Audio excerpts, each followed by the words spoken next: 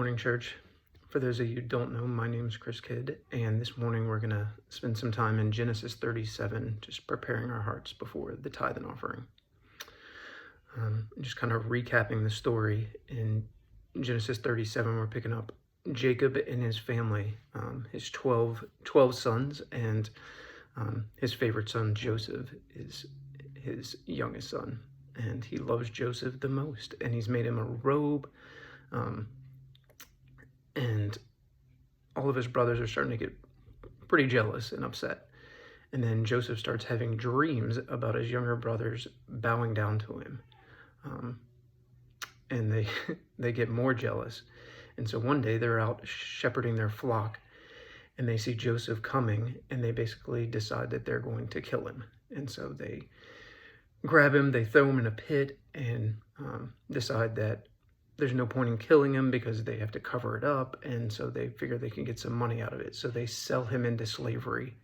They take his robe, and they put blood on it, and they rip it up some, and they take it back to Jacob, who now thinks his youngest, most loved son is now dead. And in one day, all of their stories changed.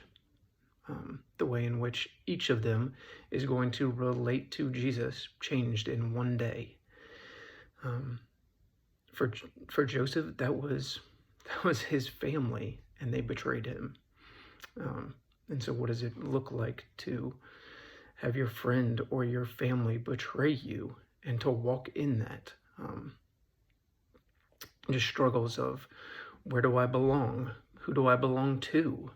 God, where am I going? What journey do you have me on? For his brothers, it was dark. It was dark. And what does it look like to live in darkness? What does it look like to carry that weight of shame and regret? And can we tell anybody? Should we tell anybody? God, can we even talk to you if we've done something this wrong? And for Jacob, mourning until his death. What does it look like to carry grief and hurt around with this? What does it look like to relate to Jesus when we have immense pain?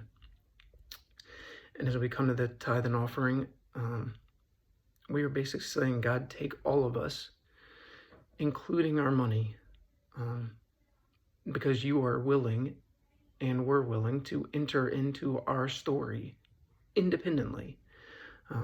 You meet us when we don't know who we belong to. You say, you are my family. Come. To us living in darkness and struggling with sin, come into the light. Here's grace and mercy. Be set free. Come, eat. And for us that are carrying suffering and hurt and pain around with us, you meet us there. You also have suffered. And so he meets us and reminds us that this isn't the end, that there's more coming.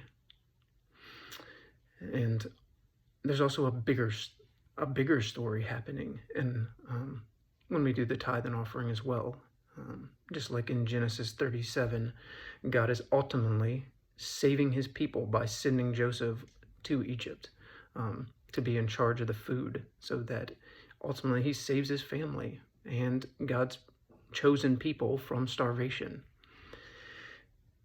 And this morning we also have the opportunity and the privilege to participate in God's bigger story, one of the kingdom. We call it kingdom work, that God is about his people, and we have the privilege to enter into as a church, and to just his work in our city, in our country, and across the world.